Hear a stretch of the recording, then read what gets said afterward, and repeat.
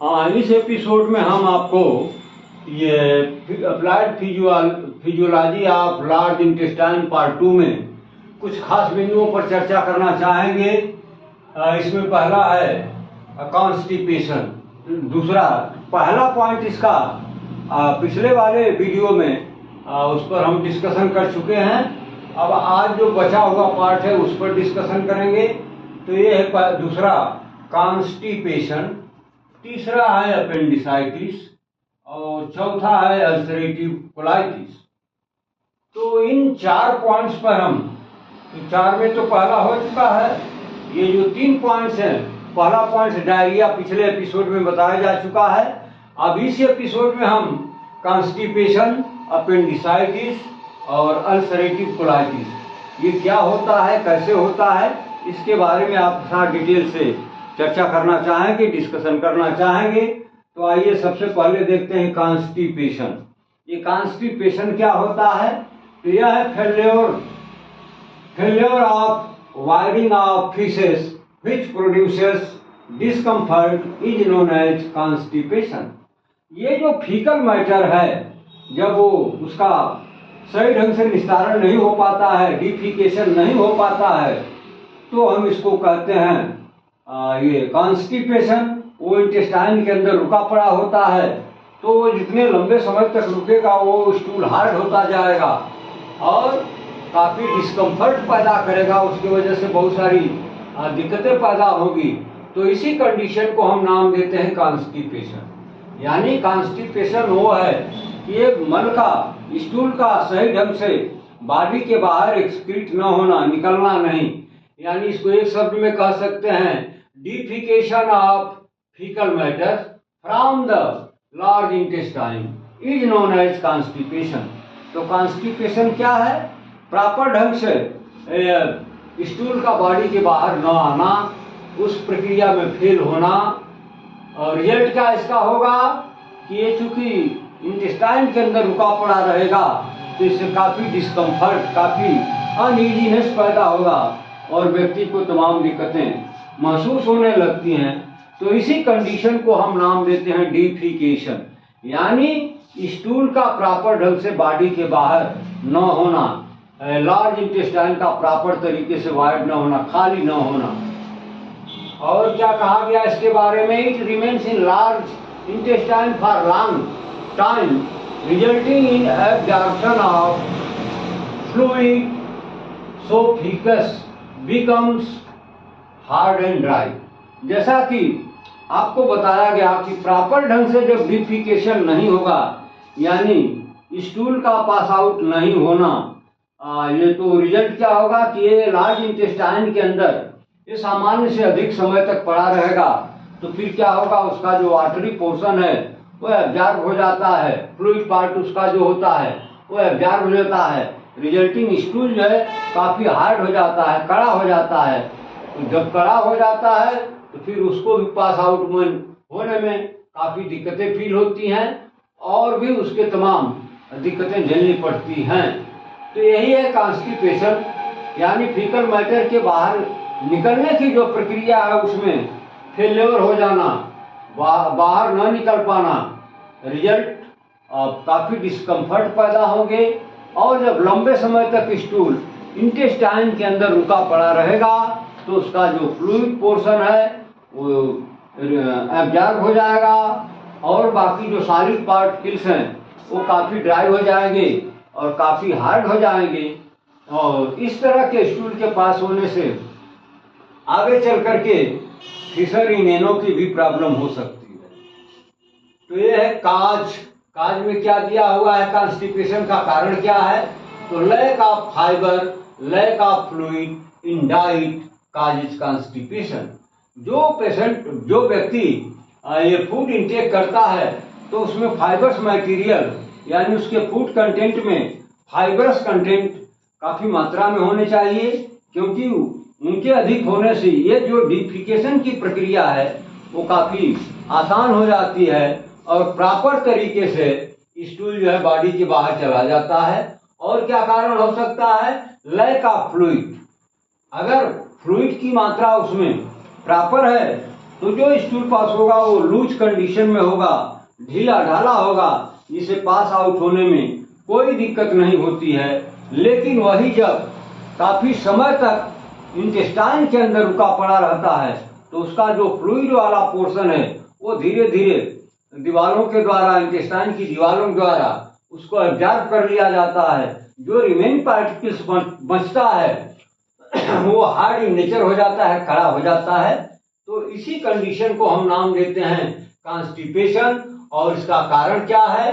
तो lack amount of fibrous materials in the taking food and lack amount of water intake.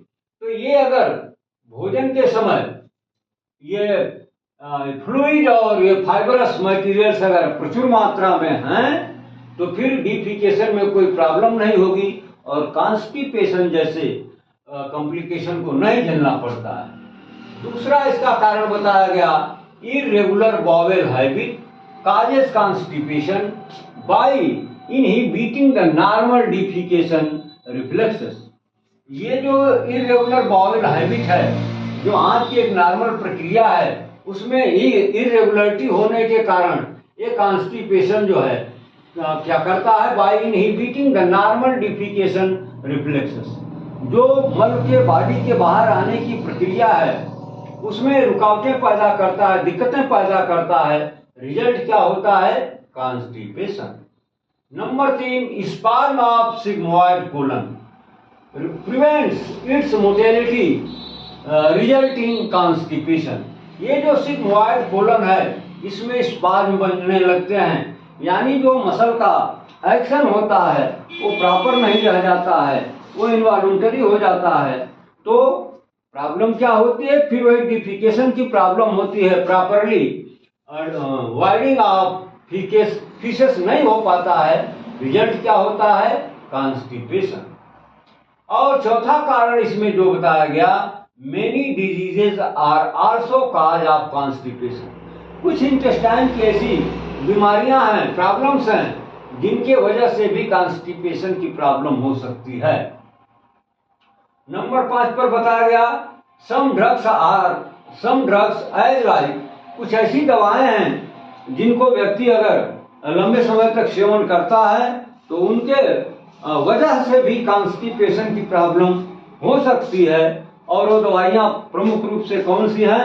जिनके seven करने से constipation जैसी problem create हो जाती है और व्यक्ति को तमाम दिक्कतें महसूस होने लगती हैं, वो काफी डिस्कम्फर्ट जोन में चला जाता है। तो इन ड्रग्स में बताया गया, कुछ इंडिकेट किया गया, स्पेशली कुछ ग्रुप्स हैं जैसे ड्यूरेटिक्स। ड्यूरेटिक्स क्या है?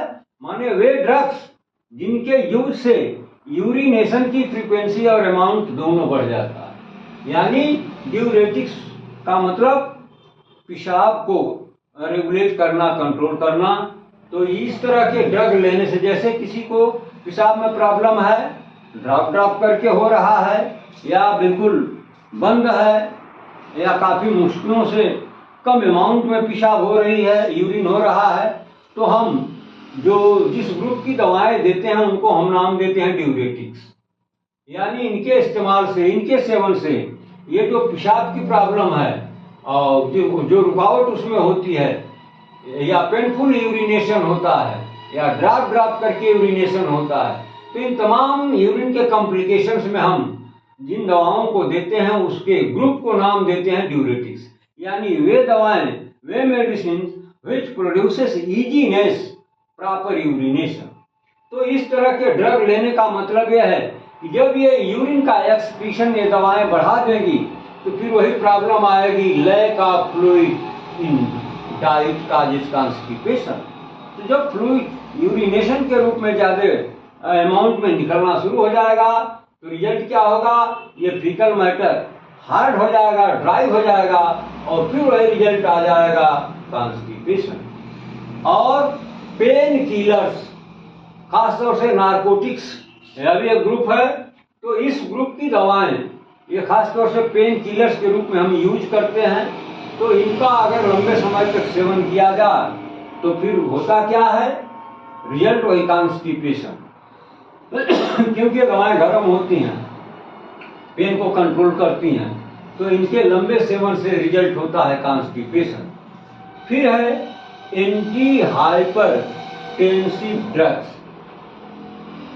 एंटी हाइपरटेंसिव ड्रग्स का मतलब वे दवाएं जो हाइपरटेंशन के एंटी काम करती हैं, यानी हाइपरटेंशन को कंट्रोल करने का काम करती हैं। These medicine lowers the hypertension, यानी हायर ब्लड प्रेशर को जो दवाएं कम करने में इस्तेमाल की जाती हैं, इनको हम नाम देते हैं, ये ग्रुप का नाम दिया गया एंटी हाइपरटेंसिव ड्रग्स। वे ड्रग्स, इसमें बहुत सारी दवाएं आती हैं, जैसे अल्फा ब्लॉकर है, बीटा ब्लॉकर है, लेकिन खास तौर से उसमें जो कैल्शियम चैनल ब्लॉकर्स वाली दवाएं हैं, इनका लंबे समय तक अगर यूज किया जाए तो रिजल्ट क्या होता है? कॉन्स्टिपेशन। और एंटी पार्किंसंस ड्रग्स, वे ड्रग्स जो पार्किंसंस के अपोजिट रिस्पांस करती हैं, यानी पार्किंसंस को ठीक करने के लिए हम यूज करते हैं, तो इन दवाओं का साइड इफेक्ट ये होता है कि व्यक्ति कॉन्स्टिपेशन के जोर में चला जाता है और इसका दुष्परिणाम उसको झेलना पड़ता है। तो ये जो दवाएं हैं एंटी पार्किंसन, ये क्या है? खास तो यह है एक हार्मोनल प्रॉब्लम है और खास तौर से ये ओल्ड एज में इसकी प्रॉब्लम्स देखने को मिलती हैं, बहुत कॉमन है। तो अगर इस तरह की बीमारियां हो जाती हैं तो ये एक्यूट फेज की बीमारियां नहीं है, क्रॉनिक फेज की बीमारियां होती हैं जो 2 या 4 दिन में ठीक होने वाली नहीं है। अगर हो गई तो फिर लंबे समय तक इनको चलना ही चलना है, और अगर ये बीमारी लंबे समय तक है तो फिर लंबे समय तक हमको इन एंटी पार्किंसंस ग्रुप की दवाओं का यूज करना ही पड़ेगा। जब हम यूज करेंगे तो रिजल्ट क्या मिलेगा? कॉन्स्टिपेशन। अगला ग्रुप जो बताया गया जिनके वजह से कॉन्स्टिपेशन की प्रॉब्लम हो सकती है, तो ये है एंटी डिप्रेसेंट्स। वे दवाएं जो डिप्रेशन के एंटी अगेंस्ट काम करती हैं, रिस्पांस करती हैं, यानी इनके यूज से व्यक्ति डिप्रेशन से बाहर निकल जाता है। तो इनका साइड इफेक्ट भी ऐसा ही होता है जो अन्य ड्रग्स का नाम ऊपर बताया गया, यानी result constipation.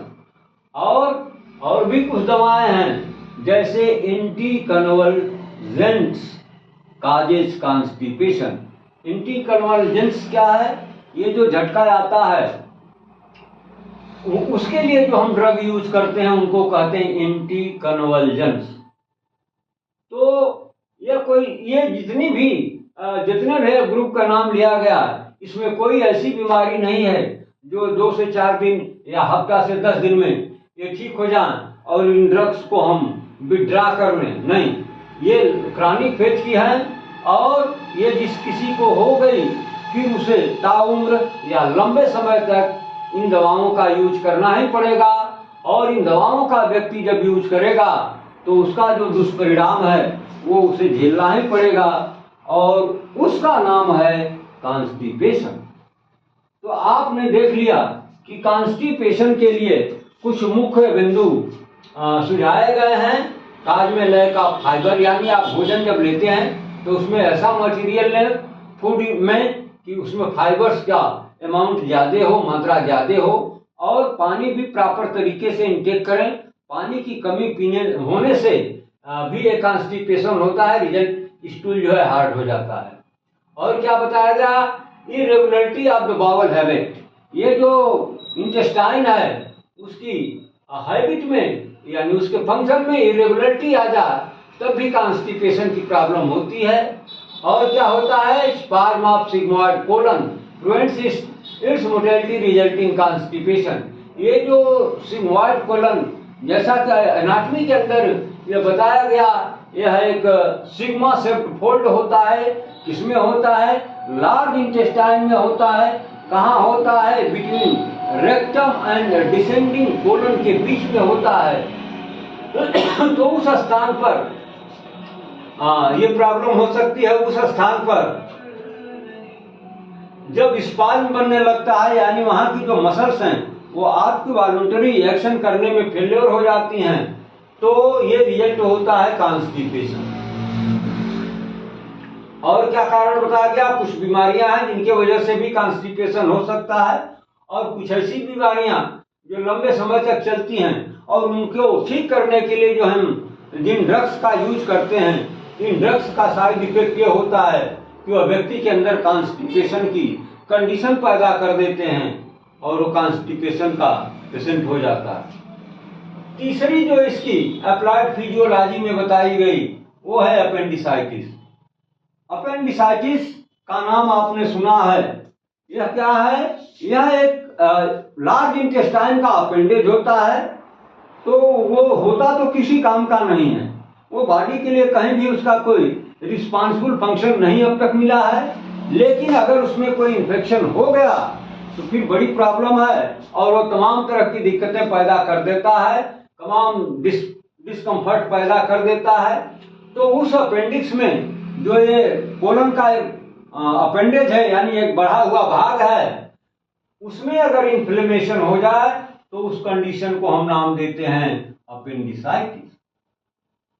Appendix is a small worm-like appendage projecting from cecum situated in lower right side of abdomen, which has no function in human beings, but it can create major problems when infected.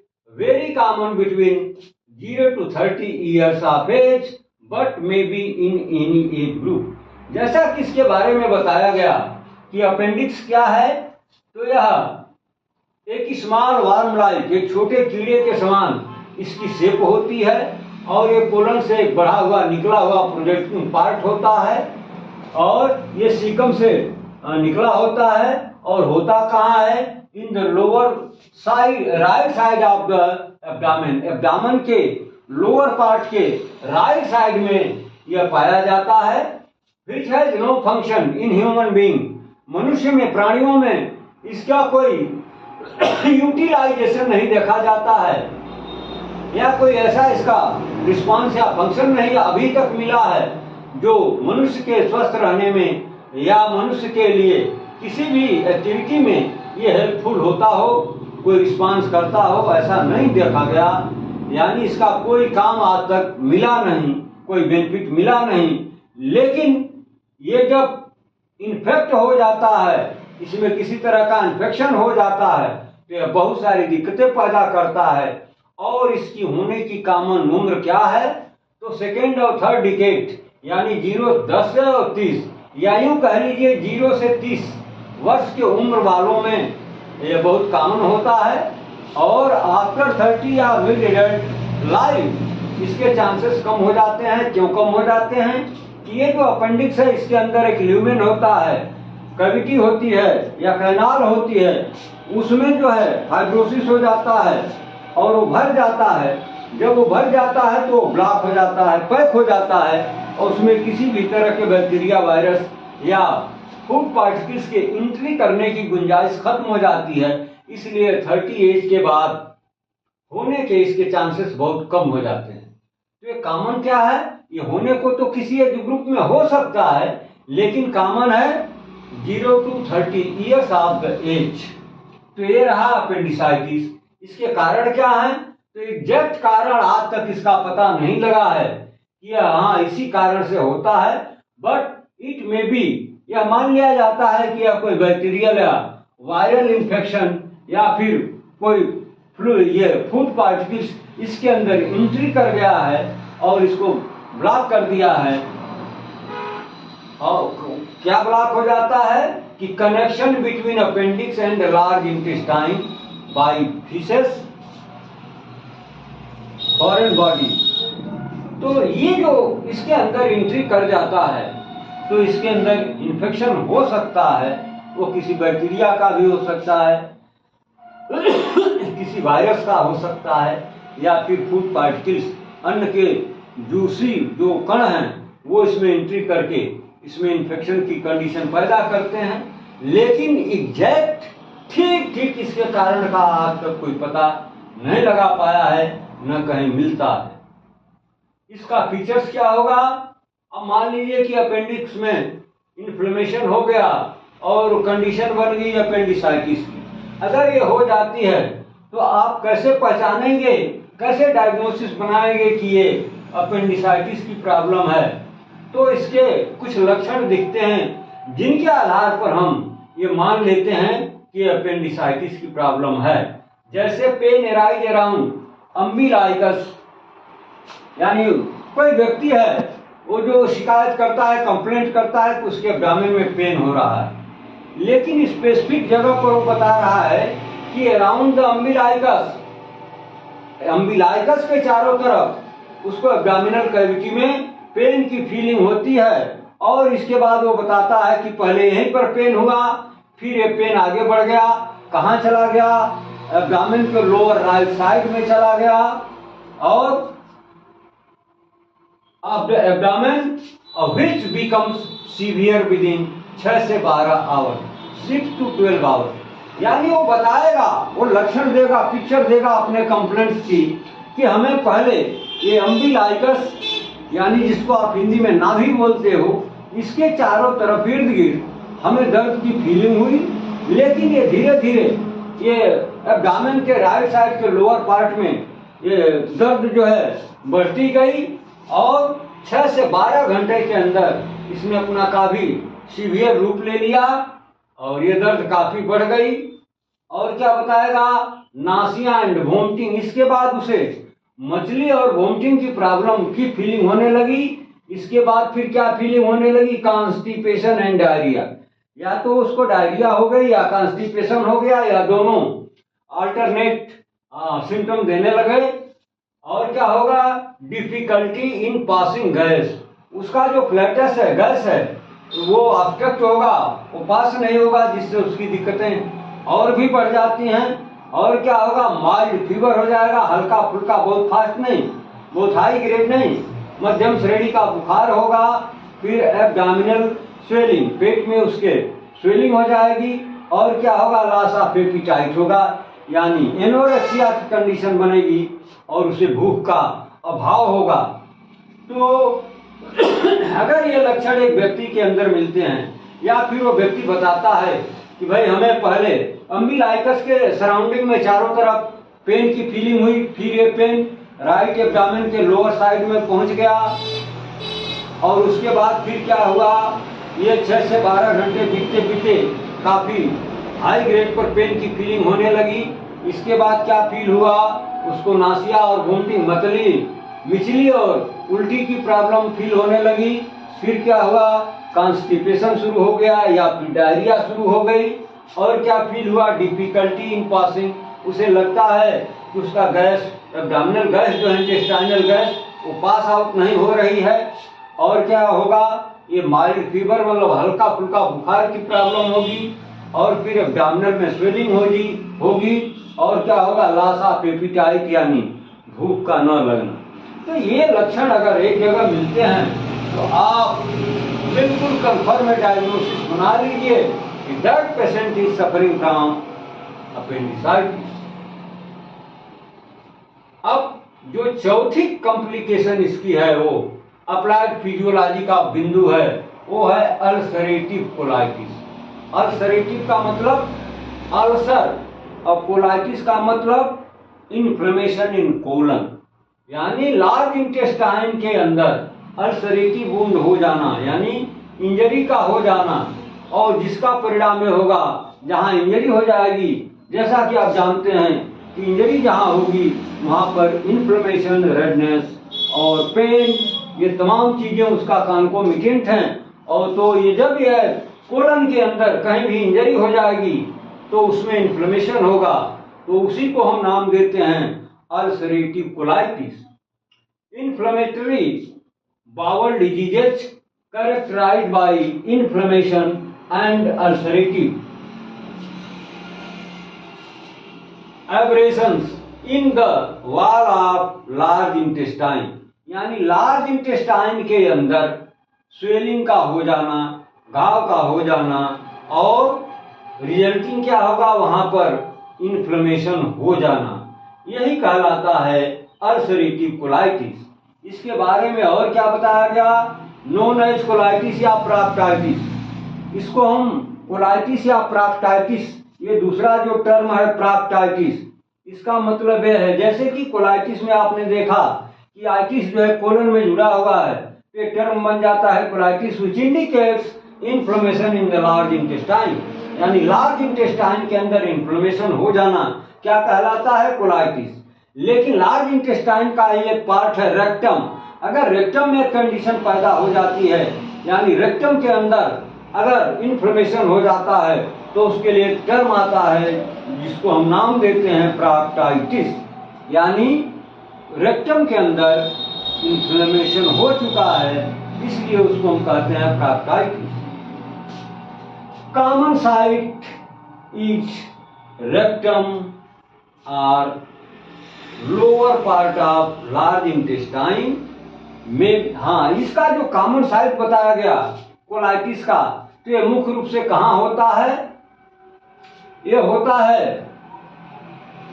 Rectum के अंदर, और कहाँ होता है, lower part of large intestine and may be entire colon, या top to bottom entire length of the large intestine, यानी large intestine का जो इंटायर लेंथ है, यानी सीकम जो उसका फर्स्ट पार्ट है, वहां से लेकर के ascending colon, transverse colon, descending colon, sigmoid colon, rectum के बीच में कहीं भी ये इन्फ्लेमेशन की कंडीशन बन सकती है, जिसको हम नाम देते हैं अल्सरेटिव कोलाइटिस। तो ये कहीं भी हो सकता है, लेकिन इन एनी एज ग्रुप, और इसके होने की कोई उम्र नहीं है, यह किसी को नहीं छोड़ता, बच्चा हो बूढ़ा हो, जेंडर का कोई मतलब नहीं, मेल हो फीमेल हो, किसी में भी ये प्रॉब्लम हो सकती है। बट कॉमन इन 15 to 30 और 50 to 70 ईयर्स ऑफ एज, यह उम्र में, इस उम्र ग्रुप वालों में इसके होने के चांसेस अधिक होते हैं। अब इसका कारण क्या बताया गया, exact cause is not known, जैसा कि अपेंडिसाइटिस की केस में आपने देखा, exact cause of appendicitis is also not known, same as the exact cause of ulcerative colitis is not known. और क्या बताया गया इसके बारे में, but believed as bacterial viral infection may be cause, लेकिन हम ये मान लेते हैं कि या तो ये बैक्टीरिया के द्वारा या किसी वायरस का इन्फेक्शन है, जिसके द्वारा वहां पर इंजरी पैदा की गई, इन्फेक्शन पैदा किया गया, और इन्फेक्शन जब होगा या इंजरी होगी तो रिजल्ट तो फिर वही होगा, इन्फ्लेमेटरी कंडीशन, और उसी को हम नाम देते हैं। अगर ये इंजरी या ये उन कोलन के अंदर हो जाए तो उसको हम नाम दे देते हैं अल्सरेटिव कोलाइटिस। ये किसी एज ग्रुप में हो सकता है, लेकिन 15 से 30 और 50 से 70 ये दो एज ग्रुप बताए गए हैं, इसमें बहुत कॉमन होता है, प्रायः इस उम्र के लोगों में ही ये प्रॉब्लम देखी जाती है। अब आ जाइए, कैसे आप जानेंगे कि अल्सरेटिव कोलाइटिस की प्रॉब्लम है, तो इसमें कुछ लक्षण दिए गए हैं, बताए गए हैं। इसमें पहला है एब्डोमिनल पेन, अगर एब्डोमेन में पेन की फीलिंग होती है, rising pain in the abdominal cavity, ये पहला लक्षण है। फिर है डायरिया विथ ब्लड, अगर वो स्टूल उसका पास आउट होता है तो ब्लडी होता है, स्टूल के साथ ब्लड मिक्सअप होगा। और तीसरा जो बताया गया,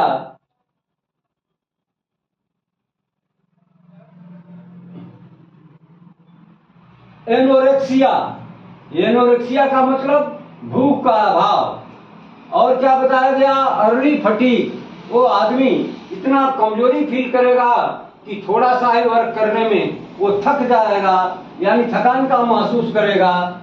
और पांचवा बताया गया लॉस ऑफ वेट, जब वो प्रॉपरली खाएगा नहीं, क्योंकि वो एनोरेक्सिया से झेल रहा है, सफर कर रहा है, यानी भूख उसे लग नहीं रही है, तो फिर वो खाएगा कहाँ से, जब खाएगा नहीं, प्रॉपर डाइट नहीं लेगा, तो उसके बॉडी का वेट लॉस होएगा, यानी उसका वजन घटता चला जाएगा। और क्या प्रॉब्लम होगी, आर्थराइटिस एंड ऑस्टियोपोरोसिस, इसके वजह से ये आर्थराइटिस यानी जो बोन के जॉइंट्स हैं उनमें इन्फ्लेमेशन होगा और पेनफुल हो जाएगी, और ऑस्टियोपोरोसिस की प्रॉब्लम हो जाएगी। अस्थियों से संबंधित ये प्रॉब्लम्स हैं। अगला लक्षण बताया गया आई इन्फ्लेमेशन, आंख में भी इसके वजह से इन्फ्लेमेशन की कंडीशन बन सकती है। और 8वां पॉइंट बताया गया liver diseases as hepatitis cirrhosis, यानी लीवर में भी इसका दुष्परिणाम देखने को मिलता है। लीवर में सिरोसिस की कंडीशन हो सकती है या हेपेटाइटिस की भी प्रॉब्लम हो सकती है। और क्या हो सकता है, स्किन रैशेस एंड एनीमिया, इसके वजह से एनीमिक भी व्यक्ति हो सकता है और स्किन पर उसके ये रैशेस यानी लाल लाल दाने भी निकल जाते हैं। ये तमाम कॉम्प्लिकेशन अल्सरेटिव कोलाइटिस के पाए जाते हैं, जैसे abdominal pain, diarrhoea with blood in the stool, फिर है early fatigue, anorexia, loss of weight, arthritis and osteoporosis, eye inflammation, liver diseases like hepatitis cirrhosis, ETC, skin rashes and anaemia. तो ये बहुत सारे कॉम्प्लिकेशन हैं। आप इसके लक्षणों को देख करके अंदाजा लगा सकते हैं ये जो अल्सरेटिव कोलाइटिस है एक व्यक्ति के जीवन में कितना डिस्कम्फर्ट पैदा कर सकती है और उसके लाइफ को कितने मुश्किलों में डाल सकती है। तो इसी के साथ हम ये applied physiology of large intestine part 2 को एंड करना चाहेंगे। बाकी अगले एपिसोड में हम बहुत सारे वैल्यूएबल इस पर एमसीक्यू लेकर के आएंगे, इसलिए आप अगली वीडियो मेरा पढ़ने से चूक न करें।